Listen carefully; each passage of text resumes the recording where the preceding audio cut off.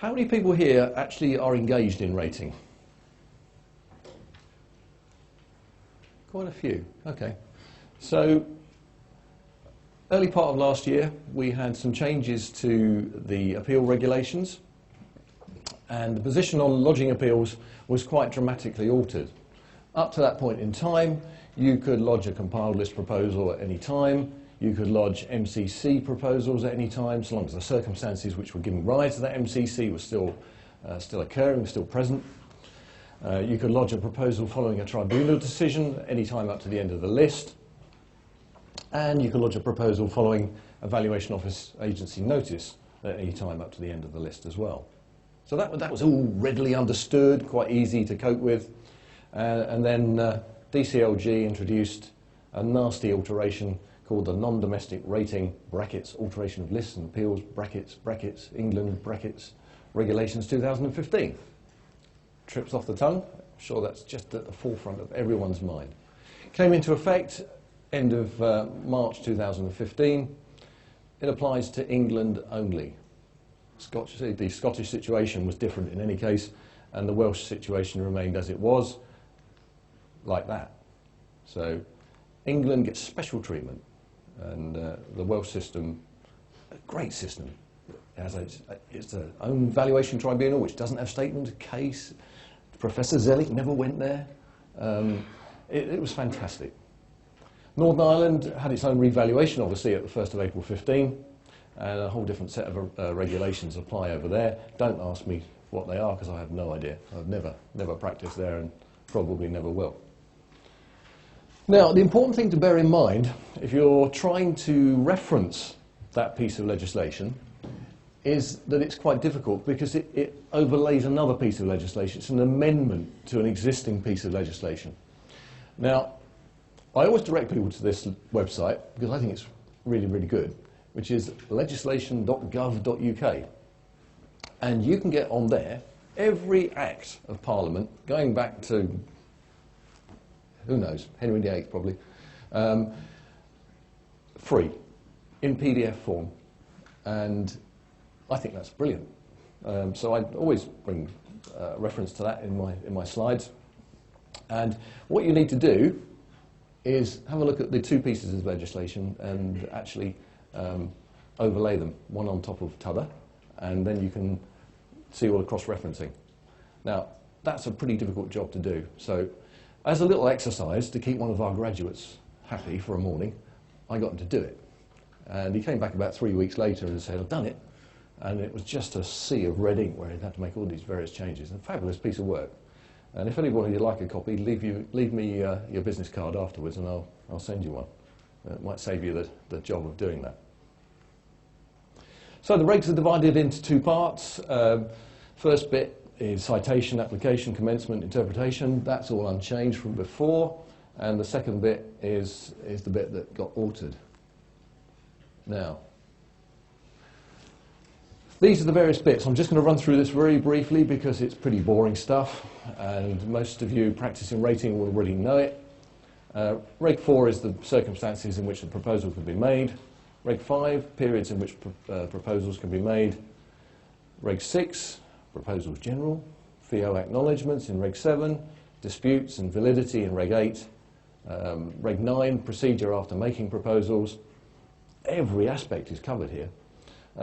Proposals agreed by the VO. Not much of that goes on these days, does it? Withdrawal of proposals, that's what the VO like you to do. Sorry to anyone who's from the VO here tonight.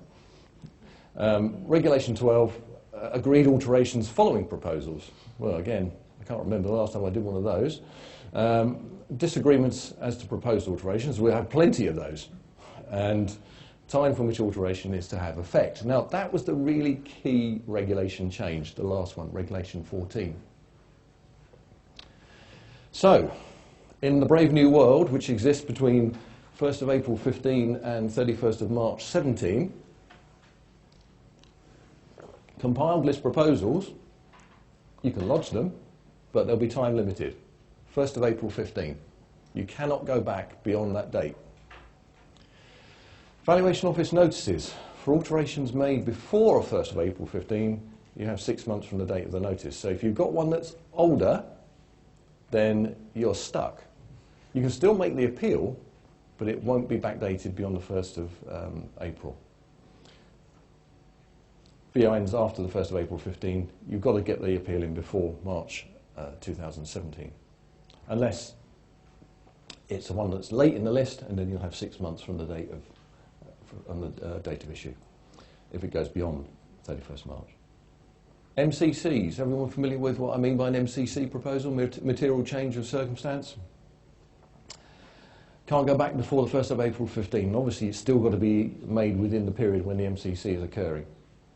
And proposals lodged as a result of a decision, that could be a valuation tribunal, or it could be the upper tribunal of the Lands Chamber, or it could even be a higher court. You've got 6 months from the date of decision. I think, do you make the slides available afterwards? Somewhere? Yeah? So if you're furiously writing, trying to keep up with me as I go through, don't bother. You can have a copy afterwards. So, at the moment, for about another 5 weeks, the Valuation Office have the power to alter the list back to 2010. So if you know of a circumstance under which it ought to go back to 2010, you've got a very small window in order to get that done. Okay? Good luck is the mantra for that. If you've tried to contact the Valuation Office recently, you'll have realised what I'm talking about, because it's quite a job to get hold of the right person. They all seem to be doing the 2017 reval, and we have struggled quite badly in order to find the right person and to get them to do things. However, what I would suggest would be a good idea would be for you to write to the VOA and request a change. Obviously send it to the right location. That might sound like a flippant sort of remark, but the Valuation Office, it seems to sort of morph into different places, and they are closing offices, have closed offices recently. So just make sure that where you're writing to is the correct address for that property. And you can get most of that detail from their website, or what used to be their website is now subsumed within gov.uk. If you're lucky, you'll get them to issue a Valuation Office notice to reduce the assessment or change the assessment in whichever way you want it done. Maybe it's a split or a merger or some other kind of alteration. And then you can appeal that under the timeframes and constrictions that are in Reg 14. You could consider using a tribunal decision as a vehicle for getting a proposal in. But I suggest you need to keep tabs on this over the next 5 weeks if you're thinking of going down this route, because it won't be an easy process. And also just a brief reference to validity. If you've ever tried lodging a proposal on the Valuation Office, you may be familiar with this dreaded phrase. The proposal comes back as invalid. And you've got various options. The best one I find is to pick up the phone and try to speak to them. And if you can find the right person, then quite often with validity notices, there are some contact details on them. Find the right person and find out where the issue is first, because it might be a whole plethora of different reasons why the two don't match up. It's a bit like when you've done something on a computer. If all the boxes don't align, you know, you've been online and tried to buy something from Amazon, and you put in every little bit, and then bang, pay, and it says, no, this detail is wrong. Well, the same process occurs with proposals, in effect. You've got to have all the details lined up. You've got to have the right billing authority reference number, it's got to have the right rent, it's got to have the right address, and if you're lodging it electronically, it'll all have to be aligned. So, once you've got your invalidity notice, you can serve another proposal within 4 weeks. You can appeal the invalidity notice, or you can just serve another appeal. So there's lots of options there. Now, let's have some water before I start on this little baby. Check, challenge, appeal. Everyone heard of it? No one heard of it? Okay. If you haven't heard of it, you're in for a bit of a shock. And I've said there, brave new dawn or death knell, and I put this slide up in front of a client and they all went white. Death knell? What's happening to the rating system? So we had a consultation paper published at the end of October with a closure date of the 4th of January 2016, which everyone thought, oh great, we're going to have to write the response over Christmas. That's a sort of burying bad news sort of style of approach. And all the professional bodies and about 195 other people, including BRC and the BPF and the CBI, all these people all wrote in and complained that what was suggested by check, challenge and appeal really was quite untenable. We asked the valuation office last week how many responses they'd had, and they said, we can't tell you. But the chap from the valuation tribunal happily said, oh, there were 200. So there were 200. And we said, when are you going to tell us what was said, what was in the consultation responses, and when will your decision be ready? They said, we can't tell you. I'm not sure they actually knew, but so we think sometime in 2016. Some people thought it was going to be announced when the Chancellor announces his structural review in the budget in March, but it won't be then. The regulations apparently have already been written, so why they bothered to consult us, I'm not quite sure, but hey, there we are. So, stage 1, check. Everyone who wants to alter a rating assessment will have to go through stage 1 check, and you will have to establish the facts of the case. So that means floor areas. You get the audience participation question in a minute. Don't worry, I won't pick on you. Areas, tenure details, and other pertinent details. Now, I said to DCLG, what does that mean, other pertinent details? And they said, well, you've got to tell us whether it's air conditioned, whether it's got raised floors, whether it's double glazed, all those sort of details which might have a bearing on the valuation. Now, quite how we're going to do this for a chemical works or a hospital, where you might have myriad different finishes throughout the building, I have absolutely no idea. And you've got 12 months once you've started the check process in order to complete that process. So you've got to agree with the valuation office, establish all of those details, those principles in 12 months. Now, that might be easy if you're dealing with a Starbucks in Warren Street. But as I say, if it's a chemical works, if it's a race course, if it's something really unusual, we're just not clear how that's going to work. And just to compound things, you can see the last line there. If you get it wrong, you're going to get fined. And the fine is 500 quid. Okay? So if you knowingly say, yeah, I agree, Mr. Valuation Officer, with your area, which is, is 10 metres too small, and then it becomes clear later on that the area is wrong, there's your £500 coming in. And I'm sure your clients will be delighted when that lands on their doorstep. Right, second part.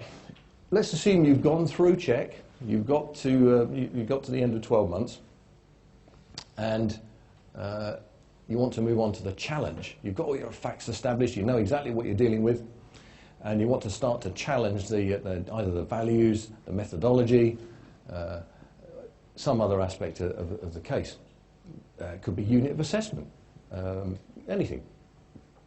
You have got to submit your evidence, all of it, everything. And once you've done it, you can't put any more in. Now this is the consultation document we're talking about here. I'm sure there'll be some changes further down the line, but at the moment the document is written on the basis that you cannot change or add to your evidence once it's gone in. Okay? So we said, well, hang on a minute. What happens if someone settles something next door? What happens if there's a rent review that's really pertinent? How are you going to take account of that? And surely that must be the duty of the surveyor acting for a client must be to try and introduce the most up-to-date, most relevant evidence and to give it proper weight in the considerations. So we haven't had a response on that yet, but that will be something which we'll be taking up with the Minister if we can't get anywhere with the VO. You have got 4 months in order to complete your challenge, and the Valuation Office are going to be the judge of whether your challenge is valid. And if you get it wrong, they will stop the clock, and you can send it in again, and then the clock will start again, and you can go on, it appears, ad infinitum, until you get it right. The discussion period, once you've got to the end of the 4 months and you've got a valid challenge document, lasts for up to 18 months. So that's the period under which you're supposed to discuss and agree and try and reach some kind of consensus as to what the appropriate change to the assessment is. Everyone with me still? If when you get to the end of 18 months you haven't reached agreement, the Valuation Office will do one of two things. They'll serve a notice on you saying, yeah, we can give you so much off, or we'll make a change of this nature or that nature. Or they'll say, no, we don't agree at all. You're going to have to take the thing further. You might want to take it further even if they have given you a reduction, because you might think, well, actually, that's not quite enough, or the value's still not correct, or the unit assessment's still not correct, or there might be some other grievance. So at that stage, you've got 4 months to submit your appeal to the Valuation Tribunal. The Valuation Tribunal are happily disconnecting themselves for this purpose from the Valuation Office computer system. It will run completely independently. So I think they're quite relieved about that, actually, because the two systems aren't terribly compatible. If you get it wrong at appeal, you can go to the Lands Chamber, as you can at the moment. But the proposal is you can only do that on a point of law. That won't be on a valuation issue. Okay? So if you've got something major with a valuation issue attached to it, something like Harrods, for instance, assessed at 20-odd million RV, and the issue is solely valuation, then you're going to have that determined at Valuation Tribunal level by a lay panel. Okay? So the proposal is only on a point of law. That's a major change, and one which the RICS has pushed back on quite hard. We think that's totally unjust, that properties with multi-million pound assessments, multi-million pound liabilities can be determined by a two-person lay panel at local tribunal level. Let's just go back a moment. One thing I haven't mentioned is that you're going to have to pay for this. There's going to be a fee, okay? Which at the moment is all free. You just rock up and give your case and have a great day out, and in the future you'll have to pay for the privilege. The interesting thing is that the consultation paper says, if you win, we'll give you your money back. But what is winning? Is it £1 off? Is it 25% off? We have no idea. So that'll be an interesting discussion in its own right. Oops, sorry, going the wrong way. Here we go. Right, so if we extrapolate that timeline with 12 months for the check, 4 months to get your challenge in, 18 months to do the challenge, by the time we get to VT, or by the time we get to the stage where we can apply to the VT, 34 months could have passed. So this was framed in the sense of, let's speed up the system, let's make it simpler. Let's get a few more proposals through the appeal process. So 34 months, and anyone who's been conducting rating appeals will know that quite often we bump up against the time limits and things don't proceed very quickly. So we could get to 2020 and there still won't be any settled cases. Well, I exaggerate, there will be some, obviously. What about MCC appeals? If you didn't check first, there's going to have to be some mechanism which allows you to register the MCC, because it might have finished by the time you get to check. It could have lasted 6 months, but the check could last 12 months. And if it only goes in at the challenge stage, it could already be done. It'll be invalid. So that's an important consideration. So those of you who practice in rating will know all about material day and the material day regulations and all that sort of thing. Obviously, those are going to have to be rewritten or modified. What about the RSA committees? Anyone here sit on an RSA committee, town committee? Must be someone, surely. No? You've really missed out. They are so exciting.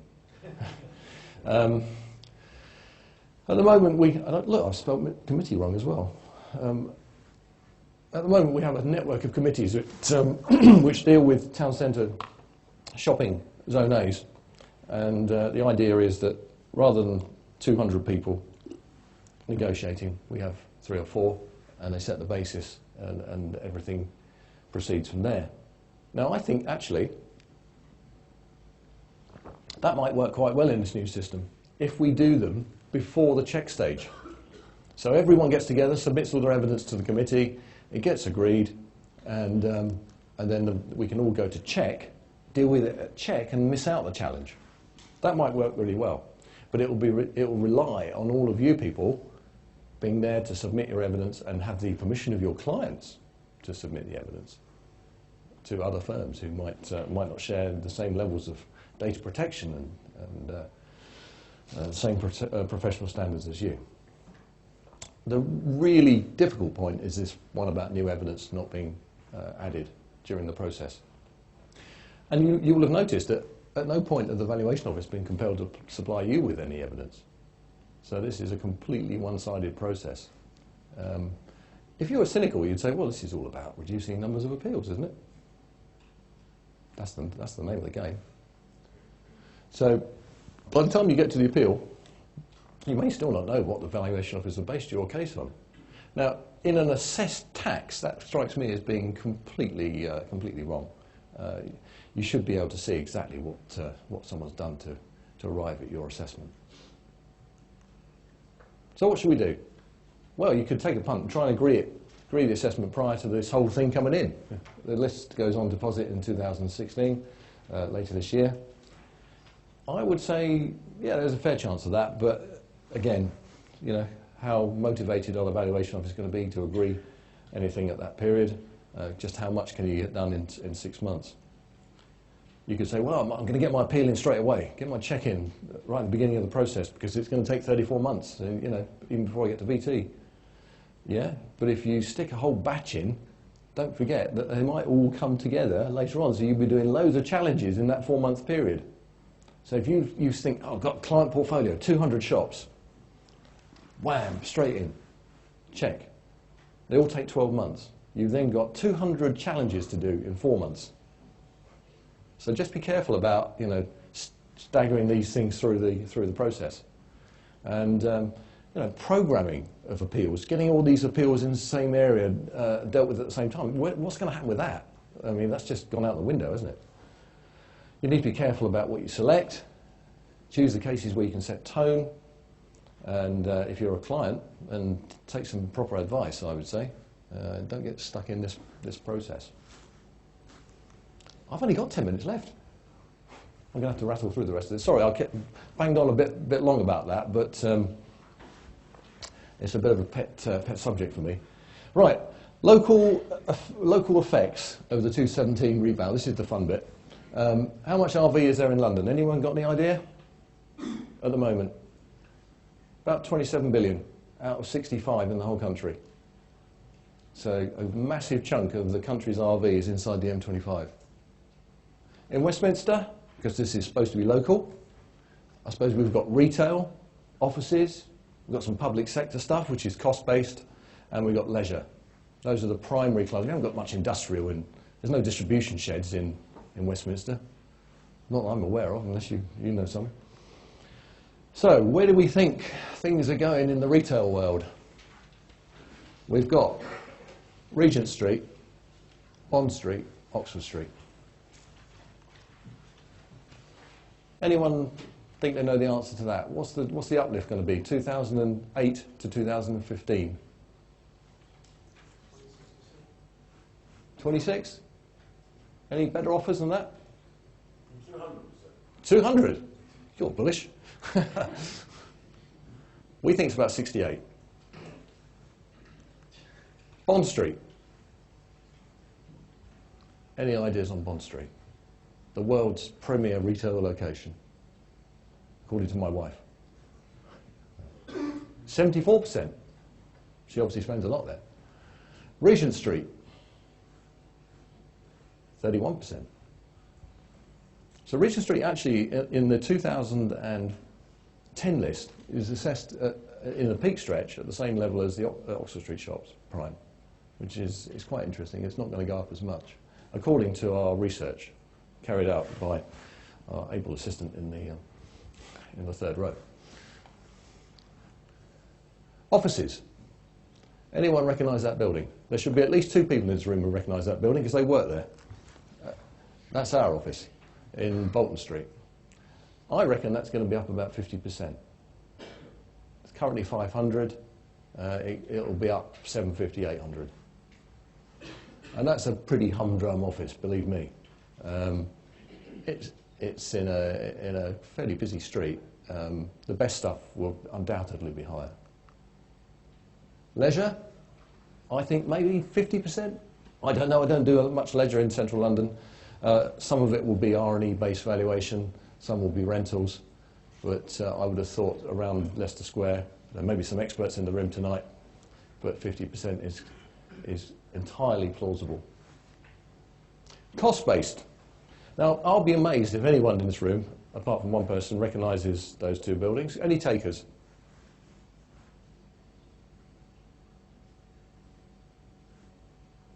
Top one is Mansfield College, Oxford, and the bottom one, Queen Elizabeth Hospital, Birmingham. I know they're not in Westminster. The brief didn't quite get through, but we think, looking at cost, they'll be about 10% up. So if you're looking at contractors-based valuations of colleges, hospitals, schools, anything of that nature, 10% up on building cost. Now, obviously, an important component of cost-based valuation is the land value. So that could steer it massively up if it's in a good location. If it's in Scunthorpe, it will probably have gone down. But obviously, this building will be a cost-based valuation. Could be up 10%. It'd be interesting. I might come back next year when the list is published and see if my predictions are anywhere near correct. The other component of a cost-based valuation is the decap rate. And currently it's 5%. The Welsh have said we're going to go a bit lower. The Northern Irish have done the same. We don't know yet where the English rate will be, but that won't be too long before that's decided. And just before I move off onto empty rates and mitigation, we ought to say the transitional scheme for 2017 is a long way off. And we won't know the detail of that until probably this time next year. Okay, so that's done once the draft numbers are out, and we've had a good shakedown and seen what that looks like. And there will be a transitional scheme because it's written into the regulations, but we just don't know what at the moment. Now, in the country as a whole, London, massively up, most areas, I would suggest. Certainly central London offices and shops, and the office is obviously a big component.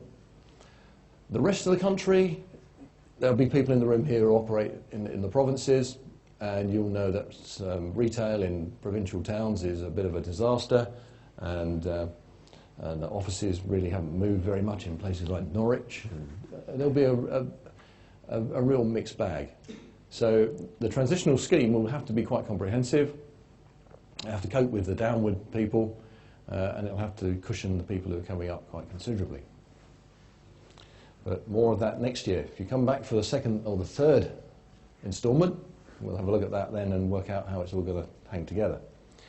Right, quickly moving on to empty rates mitigation.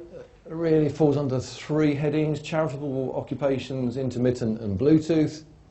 First one caused a bit of a fluff a couple of years ago when you had people using Bluetooth transmitters trying to claim they were in charitable use. Other types of charitable schemes, and the Charity Commission and others got a bit hot under the collar about it all, and that seems to have died down a little bit. Intermittent occupation is my favourite. That still works. You take your office building or your industrial building, whatever it is, stick something in it for 6 weeks, move it out again, and you get 3 months or 6 months void. That seems to be still working. Government consulted on these schemes probably 9 months ago, and we haven't heard from them since, so I think that's just been parked in their too difficult drawer in the Cabinet and DCLG. And Bluetooth. Bluetooth was all the rage, and there were a couple of cases about Bluetooth and people using it to get around liabilities. You can still use Bluetooth. We use Bluetooth for intermittent occupations. So that works really well for the shop, actually. You just come along with your little Bluetooth transmitter, which looks about the size of my glasses case, plug it in, and take a picture of it, and send it off to the local authority and say, we are in occupation with Bluetooth. We are transmitting the best offers on rating appeals or whatever it is that you want to promote. And there are a number of companies around that, mostly based in Manchester, strangely. I'm not quite sure why, but they do Bluetooth intermittent occupations, and it seems to work. As I say, it's really good for shops and anyway where you've got a flow of people past the front door and they can listen to the lovely messages. But intermittent occupation, still there, still the best and most reliable means of mitigating your rates, I would suggest, other than knocking the property down, which is a bit extreme. So, Monk and Newbingen. Anyone heard of this one? Couple of arms going up. Crumbs. This is a real old chestnut. Went to the Lands Tribunal, Upper Tribunal Lands Chamber, and then it's been to the Court of Appeal as well. Concerns Avalon House, Sunderland Enterprise Park, which is a long way from Westminster. There it is. What a lovely building. The best building in Sunderland, I would venture. The facts of the case: first floor was vacant. Majority of the ceiling tiles and grid and lights and all the stuff you have up there was removed. Half of the raised floor was gone. The comfort cooling system had been removed. The sanitary fittings on block walls were removed. Electrics stripped out. Plasterboard partitions erected. And first fix. That's quite difficult to say, actually. Electrics to the WCs were completed. I have no idea why you would need electric WCs, but there we are. Most of them are manual, in my experience. So the building was in a bit of a state. It was sort of in a state of flux, if you like. So some bits had gone, some bits were still there. Starting point, obviously, in this situation is the LGFA 1988, which was updated by the Rating Valuation Act 1999 after the Benjamin and Anston case. You guys know all this stuff. I'm sure it's just on the tip of your tongue. One of the assumptions about the state of repair is, the second assumption, is that immediately before the tenancy begins, hereditament is a state of reasonable repair, but excluding from this assumption any repairs which a reasonable landlord would consider uneconomic. So, against that backdrop, the Court of Appeal made a number of interesting points.